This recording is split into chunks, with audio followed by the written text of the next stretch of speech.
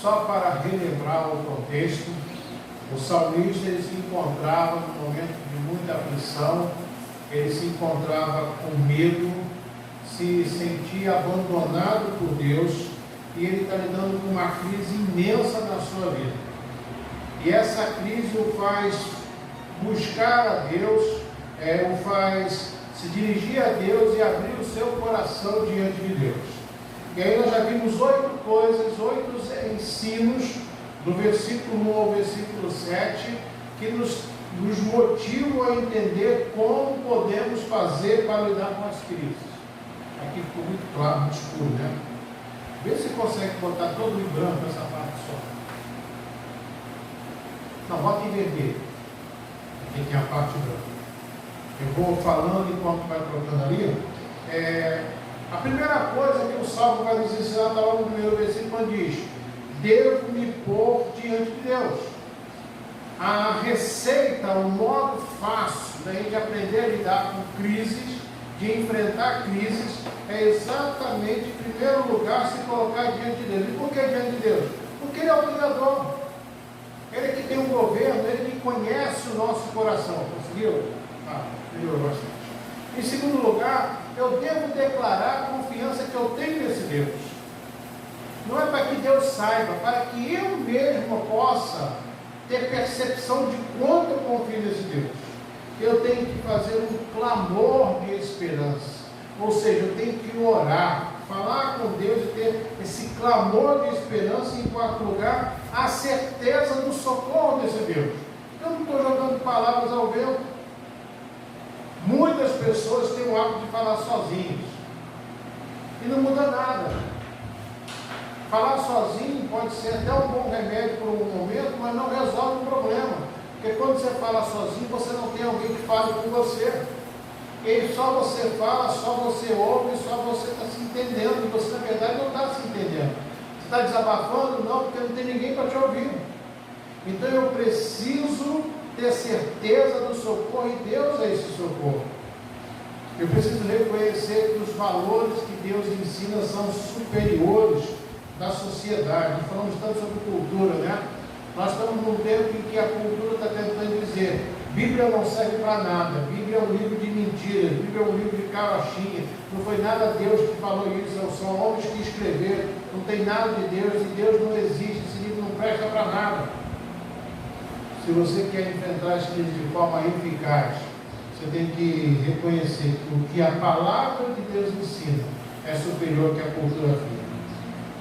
Você precisa ter algumas lembranças. Lembranças que curam. Lembranças que amedrontam, mas amedrontam porque eu não tenho noção geral, correta, do que é o perdão de Deus.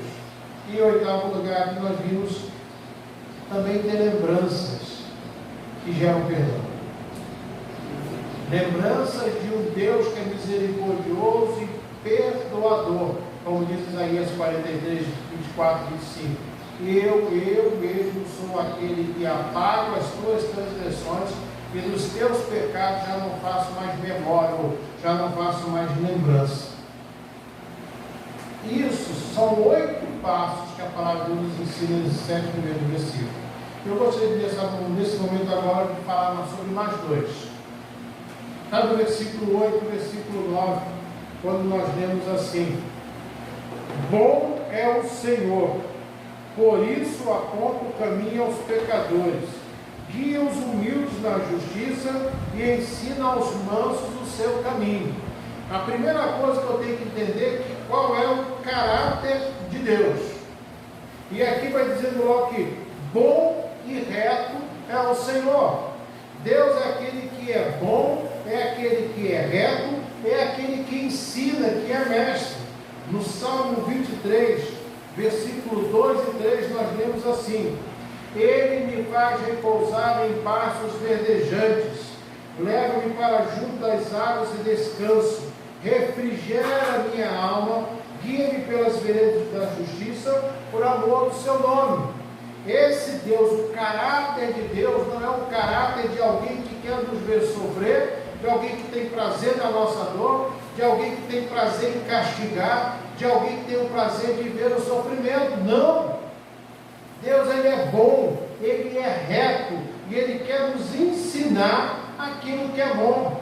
No Salmo 1, versículo 1, nós lemos assim: bem-aventurado o homem que não anda no conselho dos ímpios, não se detém no caminho dos pecadores, nem se assenta na roda dos escarnecedores. Ou seja, Deus está dizendo que Deus está ensinando que bem-aventurado, ou seja, feliz, abençoado, próspero, satisfeito, é o homem que não anda segundo os ímpios, ou seja, pessoas que não temem a Deus. Quero falar especialmente aos filhos, independente da idade. Muitas vezes os nossos amigos, nossos colegas querem nos ensinar coisas que fazem a gente confrontar o que os nossos pais dizem. Confrontar aquilo que vocês aprendem aqui na casa de Deus, dizendo que isso é bobagem, isso tem nada a ver. Mentira, só de vez em quando não tem problema, é mentirinha, né? O engano, a trapaça. Hoje, muitos dos nossos jovens estão aprendendo a trapacear. Pai e mãe mandam dormir, aí o que acontece? Debaixo do cobertor, debaixo do lençol, está lá no celular, né? Pai e mãe diz que não quer mais que faça determinada coisa, vai para o celular ou para o computador, bota lá no modo anônimo e acessa aquilo que foi proibido. Só para falar de questão que a internet hoje possui, que é muita coisa. Bem-aventurado o homem que não anda no conselho, ou seja, nos ensinos daqueles homens que não temem a Deus. Para eu aprender a lidar com as crises, para que eu saiba como eu devo me comportar, para enfrentar as dificuldades, as crises que nós vivenciamos de todo tipo. Nós temos as chamadas crises existenciais. Adolescentes têm só uns montes, porque é um tempo de dúvida, de questionamento, de descoberta. Eu tenho que aprender que Deus tem o melhor para mim. Eu tenho que aprender que Deus tem a resposta para todo tipo de crise que eu venho enfrentar. Mas eu tenho que conhecer o caráter de Deus.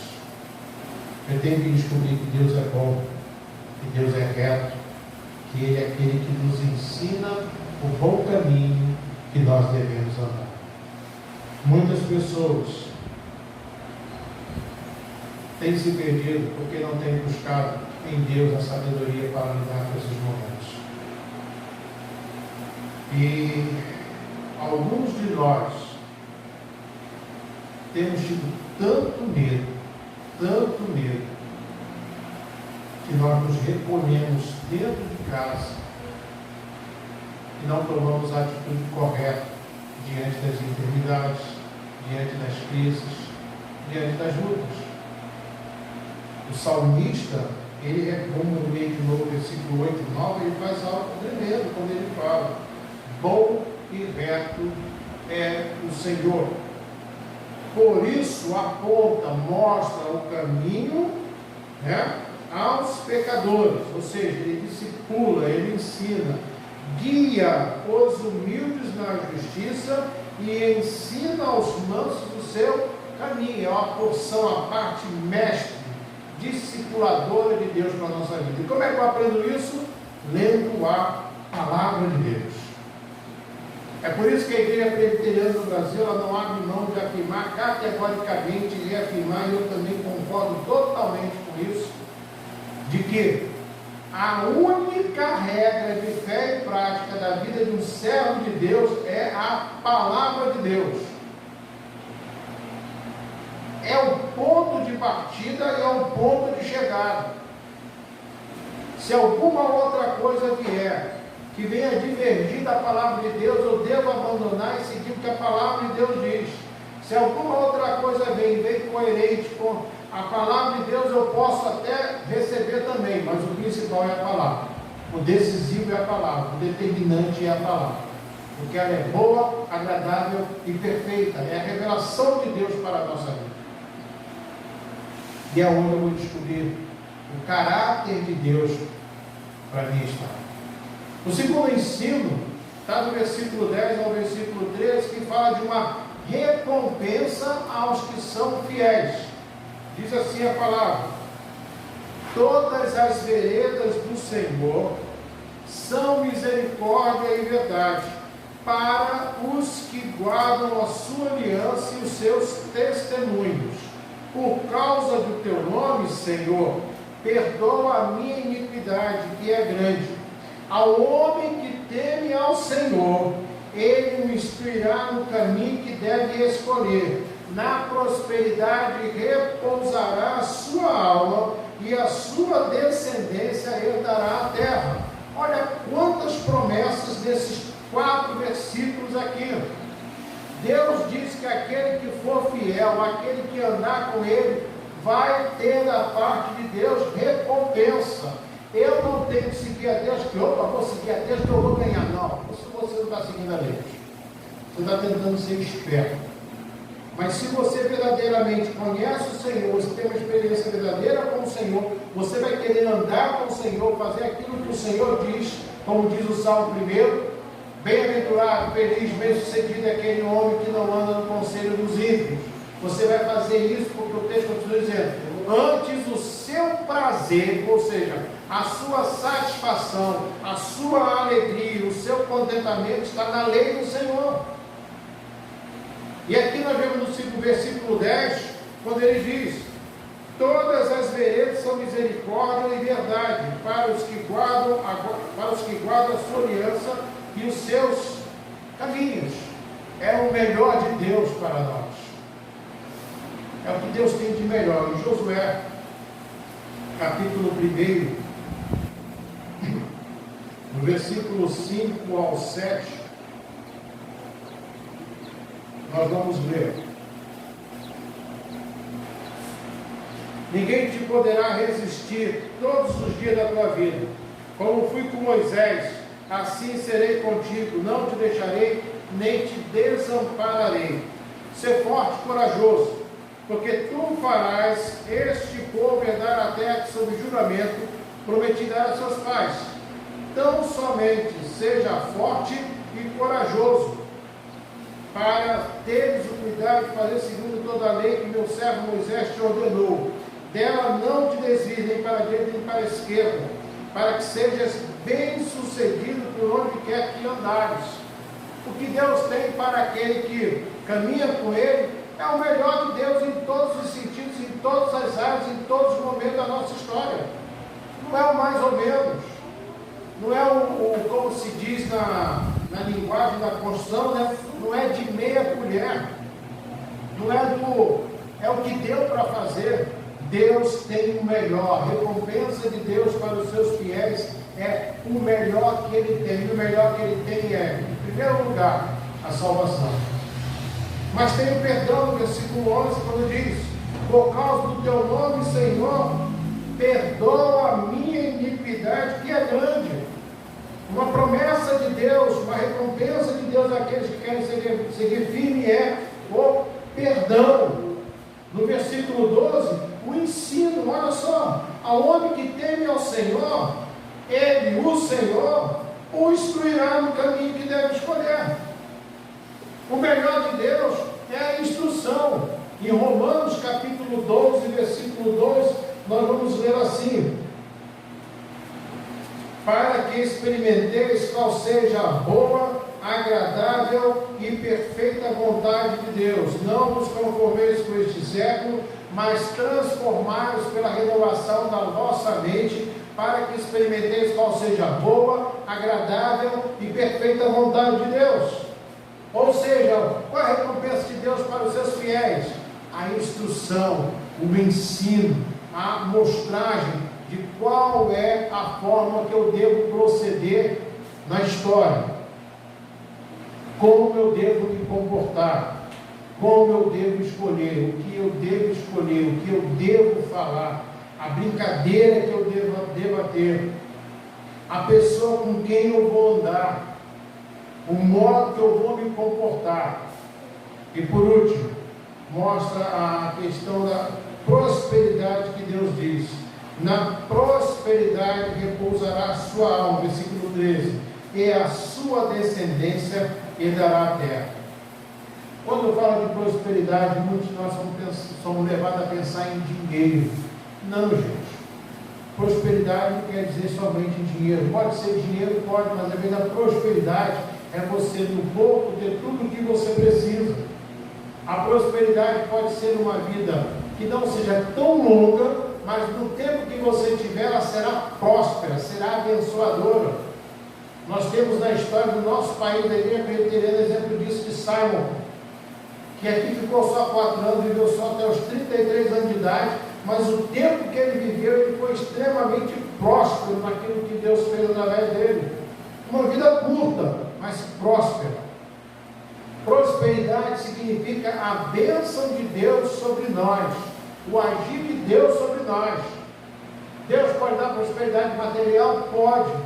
Se for de Deus, ela não vai fazer você se perder. Agora, se não for de Deus, a prosperidade material vai fazer você se perder, porque ela não vem de Deus, é do diabo.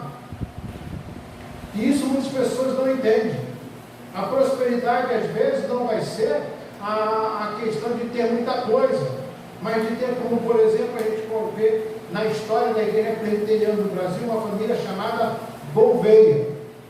A família Gouveia está na igreja presbiteriana do Brasil desde os primeiros convertidos. Desde 1859, a família Gouveia é presente na igreja presbiteriana do Brasil. Quem afirmou isso foi o historiador da igreja presbiteriana, reverendo Alderi, falando sobre a igreja presbiteriana e as famílias. Nós temos a família Sattler, que é uma família muito importante, muito grande, dentro da igreja presbiteriana do Brasil. Nós temos diversas outras famílias que historicamente vêm acompanhando, mas a família Gouveia, segundo o reverendo Alderi, é a família mais antiga da história da igreja presbiteriana do Brasil. E isso é bom, porque mostra a prosperidade da bênção de Deus sobre essa família. Passaram-se gerações, mas sempre tem alguém da família Gouveia. A promessa de Deus e a recompensa de Deus para aqueles que seguem com Ele. Para lidarmos com a crise é imprescindível estarmos firmados na rocha que é Jesus. E Ele, Jesus, é a palavra de Deus revelada a nós. E eis que o verbo, a palavra, se fez carne e habitou entre nós, e vimos a sua glória como a do unigênito do Pai. Aprofundar-se na palavra, ou seja, buscar conhecer a palavra de Deus, é certificar-se das bênçãos de Deus sobre a nossa vida. É ver o transformar de Deus na nossa vida. É ver Deus purificar a nossa vida. É ver Deus nos santificar, nos afastar daquilo que nos separa dele e nos aproximar dele. E aí vamos enfrentar as crises de uma forma muito interessante, muito bonita. Ainda que para o mundo possa parecer que você perdeu. Ainda que para o mundo possa parecer que você perdeu. Mas para Deus você não perdeu. Como diz a palavra, você será mais que vencedor. Que Deus nos abençoe, pela graça de Deus. Nós vamos estar de noite conversando mais um pouco sobre esse texto. E nós vamos ver que nós precisamos ter intimidade com Deus, precisamos buscar sempre a Deus e precisamos também ter uma súplica e compaixão diante de Deus. Vamos orar, vamos falar com Deus, vamos receber a bênção do Senhor. Pai querido, em nome de Jesus, nós te louvamos, Pai, por esta palavra, pela ministração da tua palavra. Nós dependemos somente do teu Espírito Santo.